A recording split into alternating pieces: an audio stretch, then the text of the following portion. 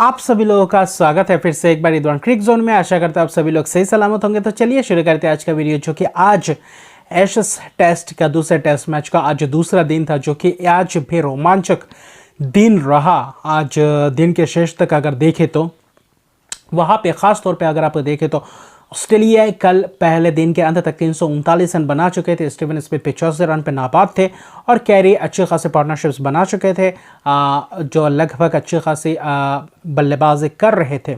और आज की शुरुआत में ख़ास तौर पे कल ये इंग्लैंड थोड़ी बहुत पिछड़ रही थी, क्योंकि 339 रन बनवा दिए और सिर्फ 5 ही विकेट गंवाए थे, और वो भी आखिरी के सेशन से आखिरी के कुछ 4-5 7-8 ओवर पहले।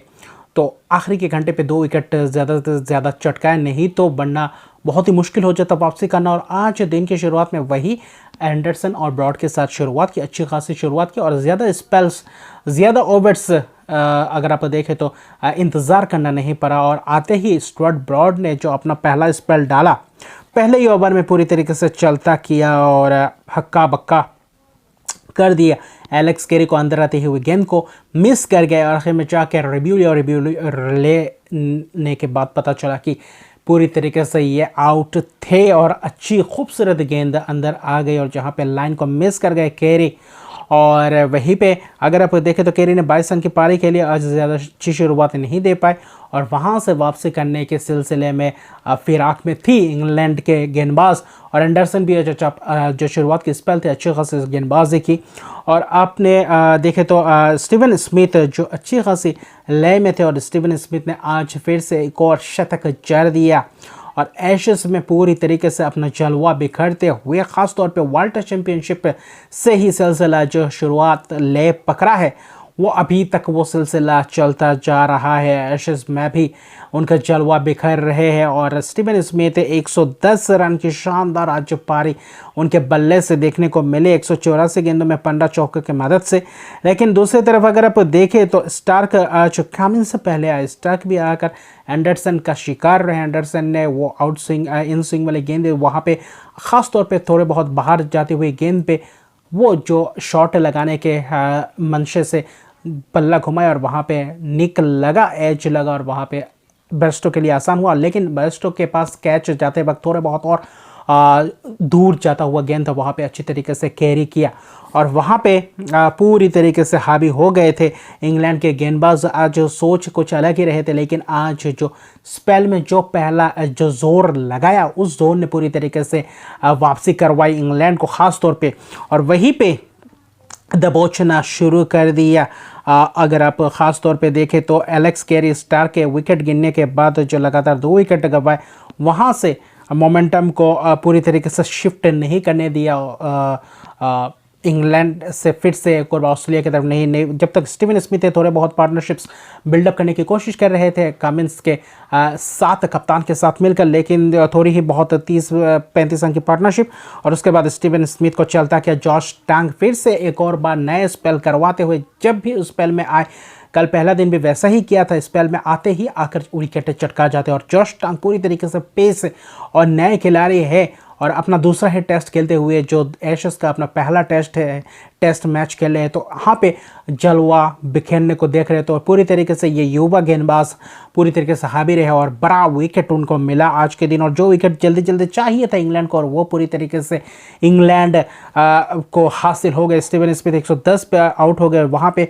ख़ास तौर पे देखें तो ड्राइव खेलने गए थे, और बाहर थोड़े बहुत बाहर गेंद थी, आउटसाइड ऑफ स्टंप के बाहर गेंद थी, जहां पे लो कैच पकड़ा। डॉकेट की भी दाद देनी पड़ेगी, ये प्रेशर वाला कैच था, और गली में यह कैच पकड़ना थोड़ा बहुत मुश्किल था, लेकिन डॉकेट थोड़ा बहुत कद में छोटे हैं, तो उनके लिए थोड़े बहुत आसान हुआ लो कैच पकड़ना, और अच्छी खूबसूरत वो कैच थे, और 110 रन की शानदार पारी खेलकर आउट हो गए। हालांकि आज ज़्यादा रन जो नहीं पाए, करीबन अगर आप देखें तो 26 रन के करीब 25-26 रन बनाए, लेकिन फिर भी शतकीय पारी खेल कर ही गए, जहाँ पे ज़रूरत था इंग्लैंड को वहाँ से पूरी तरीके ऑस्ट्रेलिया को वहाँ से ऑस्ट्रेलिया के लिए फ़ायदेमंद साबित हो गए। और आखिर में कामिंस नाबाद है 22 रन बनाकर, वही लियन हैजलवुड जब स्टीवन स्मिथ का विकेट गिरा तो ज़्यादा रन से बटोर भी नहीं पाए, करीबन 20-22 रन की ही जोर पाए बोर्ड पे, जहाँ कर 400 बोर्ड पे लगा पाए, और वो कमिंस के बदौलत भी ही हुआ, और आखिर में जाकर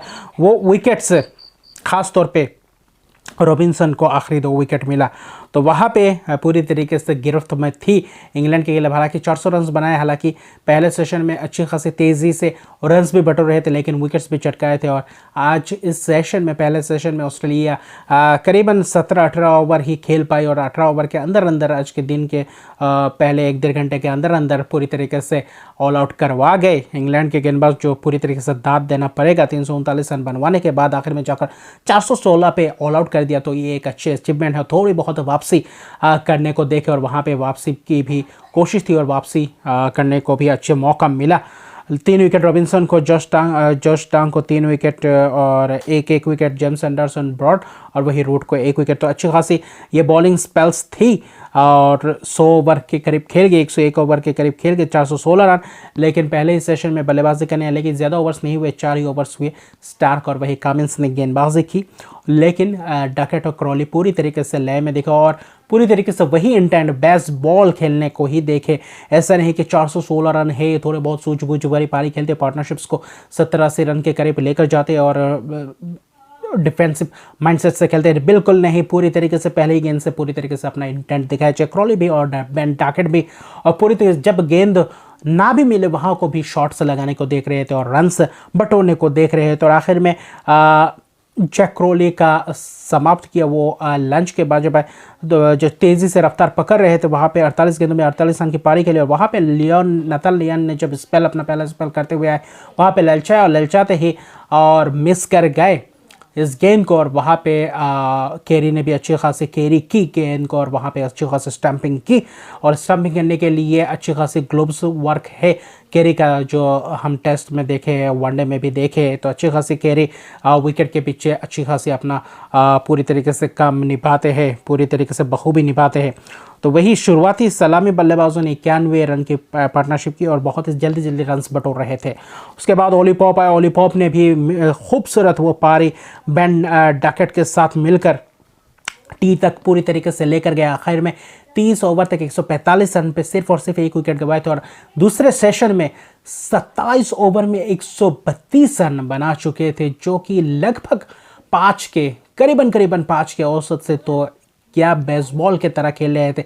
वहाँ ऐसा लग रहा था कि शायद जो आखिरी सेशन रहेगा, वहाँ पे इंग्लैंड बहुत ही बड़ी रन से करीबन 450 कर सक, 350, 300, 300, 350 के करीब जा सकती है। और वहाँ पे भी थोड़े बहुत ओवर रेट में भी उतना अच्छा ओवर रेट नहीं रहा। ख़ास तौर पे देखें तो 27 ओवर दूसरे सेशन में हुआ, और आखिरी के सेशन में करीबन 31 ओवर का खेल हुआ, और आखिर में इंग्लैंड 61 ओवर तक खेले। आज के दिन के शेष तक 278 रन बनाए, 4 विकेट गंवा के। लेकिन ओली पॉप की पार्टनरशिप जो बेन डकैट के साथ मिलकर जो पार्टनरशिप थी 97 रन का, तो पहले 2 विकेट का पार्टनरशिप अच्छी खासी 90+ रन थे, तो अच्छी खासी बिल्डअप मिल गया था इंग्लैंड को। ओली पॉप भी फिर से वही पुल खेलने की कोशिश की थी, और अतरंगी सा शॉट लगा गए थे। और वहाँ पे स्टीवन स्मिथ की भरपूर कोशिश और फील्डिंग में जी जान लगाते फिर से एक और बार अनोखा कैच, और पीछे जाकर छलांग मारकर डिप स्क्वायर लेग पे ज़बरदस्त कैच पकड़ा एक हाथ से, बहुत ही खूबसूरत कैच। हालांकि 42 रन की पारी के लिए तेज़ तरह पारी रही। उसके बाद रूट आए, रूट को भी वही आउट हो गए थे, वहाँ पे नो बॉल था, और जिसके कारण रूट को भी मौका मिला, बनना वहाँ पे भी चलते बने थे। और आते ही पुल खेलने की कोशिश, जहाँ पे गेंद आउटसाइड लेग स्टंप के बाहर थे, वो उसको भी पुल करने की कोशिश फाइन लेग के तरफ खेलने की, और वहाँ पे थोड़े बहुत सफलता भी मिली। तो एक आध कैचेस भी थोड़े बहुत उनको लक मिला, लेकिन फिर भी आखिर में वही कोशिश करते जा रहे थे। और स्टार्क ने क्या खूबसूरत गेंद की, राउंड द विकेट आया और पुल करने की कोशिश की, वहाँ पे क्या खूबसूरत अंदाज से कैच पकड़ा स्क्वायर लेग में, और ज़बरदस्त अंदाज से कैच हुआ, और बैलेंस बरकरार रखा स्टीवन स्मिथ ने। और आज स्टीवन स्मिथ बल्लेबाजी के साथ साथ आज फील्डिंग में भी पूरी तरीके से डेडिकेटेड दिखाई दिया, और पूरी तरीके से ख़ास तौर पे वो 2 विकेट स्टीवन स्मिथ के नाम ही होना चाहिए। भले ही गेंदबाजों का नाम विकेट पे लिखा होगा, लेकिन स्टीवन स्मिथ का उन दोनों विकेट पे ज़बरदस्त उनका एफर्ट था, जिसके कारण 2 विकेट मिले, और रूट सस्ते में निपट गए 10 रन।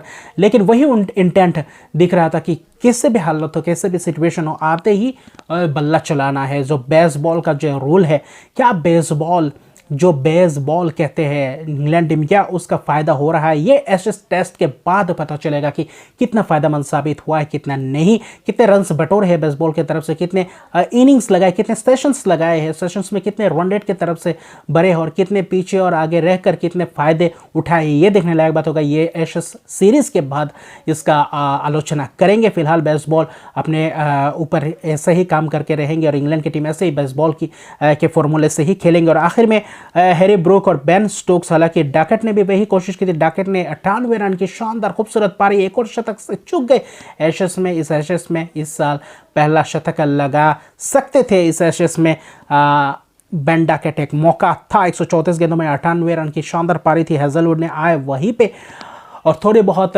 पुल करने की कोशिश की और आखिर में आउटसाइड एच, टॉप एच लगा, वहाँ पे जाकर करीबन फाइन लेग में जाकर वो कैच पकड़ा गया।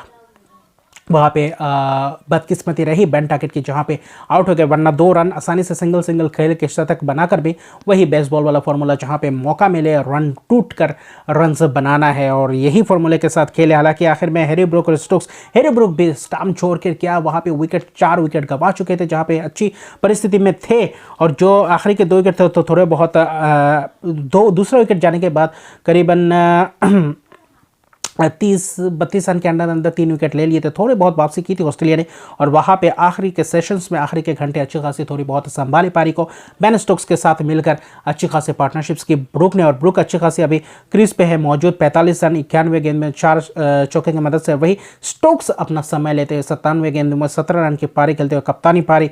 क्या कल कैसे शुरुआत करते हैं? अभी भी करीबन देखें तो 138 रन पीछे है इंग्लैंड, और पहले इनिंग्स के लेट से जो ऑस्ट्रेलिया, तो को कितना कम कर पाती है। अभी भी 6 विकेट है, तो वही उसका इंटेंट वही रहेगा। कल की शुरुआत पहले सेशन में कैसे शुरुआत करते हैं ये देखने लायक बात होगी, क्योंकि पूरे एंटरटेनमेंट मिलेगा आपको पूरे सेशन में जब तक इंग्लैंड के बल्लेबाजी करेंगे। और वही 138 का पीछा कर रहे हो और 238 का, या आखिर में जाकर 20 रन का ही पीछा क्यों ना करे, वही इंटेंट के साथ खेलेंगे तो एक अच्छी बात है। लेकिन थोड़ी बहुत सूझबूझ भरी पारी खेलेंगे तो और भी ज़्यादा बेहतर स्कोर बना सकते हैं बल्लेबाज। और सभी को शुरुआत मिला, रूट को भी मिला। रूट ने आज ज़्यादा जल्दबाजी करने के कारण अपना विकेट गंवा बैठे, वरना सभी 40, 98, 42, 45 स्टोक्स अभी फिलहाल संभाल कर खेल रहे हैं। तो कल कैसे खेलते ये देखने लायक बात होगा। हालांकि आज आखिरी सेशन में 31 ओवर का खेल हुआ, आखिर में भी 100 प्लस करीबन देखें तो 130-32 रन का फिर से रन्स बनाए, 4 के करीब रन्स बनाए, 4 से ऊपर औसत से रन्स बनाए। अच्छी खासी रन रेट मेंटेन कर रहे हैं, अच्छी खासी इंटेंट के साथ बल्लेबाजी कर रहे हैं। और आज दूसरा दिन ख़ास तौर पे देखें तो इंग्लैंड का ही आप बोलबाला रहा कहेंगे, क्योंकि जल्दी जल्दी निपटाया आते हैं और आखिर में जाकर 4 विकेट गंवाए भी, लेकिन 278 रन बनाए, तेज़ी से रन बनाए। और कल का दिन सबसे महत्वपूर्ण होगा कि कौन आखिर में अपना हाथ आगे रख पाती है इस टेस्ट मैच के लिए, क्योंकि इंग्लैंड अगर लीड ले जाती है तो ऑस्ट्रेलिया के लिए थोड़ी बहुत और दिक्कत का सामना करना पड़ सकता है, क्योंकि आपको टारगेट सेट करना पड़ेगा। और ये आपको पता नहीं कि इंग्लैंड को कितने टारगेट दिया जाए, कब किस समय में क्या चेस कर जाए, किसी को नहीं पता। तो इसलिए यह टेस्ट और भी रोमांचक बन जाएगा। और लॉर्ड्स में जो मुकाबला है, अगर यहाँ पे इंग्लैंड अगर ये टेस्ट को जीतता है तो बराबरी पे आकर और जो बाकी 3 टेस्ट मैचेस होंगे और भी ज़बरदस्त मुकाबले टक्कर देखने को मिलेगा। और आज भी ज़बरदस्त दिन रहा, यह एशेज टेस्ट बहुत ही ज़बरदस्त और रोमांचक वाला टेस्ट होगा आखिर में जाकर। और कल का दिन और भी ज़्यादा महत्वपूर्ण होगा दोनों ही टीम के लिए। कैसे ऑस्ट्रेलिया वापसी कर पाती है या इंग्लैंड फिर से लीड ले पाती है, ये देखने लायक बात है। तो अभी के लिए इतना है। अगर तक मेरे चैनल को सब्सक्राइब नहीं किया तो मेरे चैनल को सब्सक्राइब कर दीजिए, लाइक शेयर कमेंट जरूर कीजिए। तब तक के लिए गुड बाय।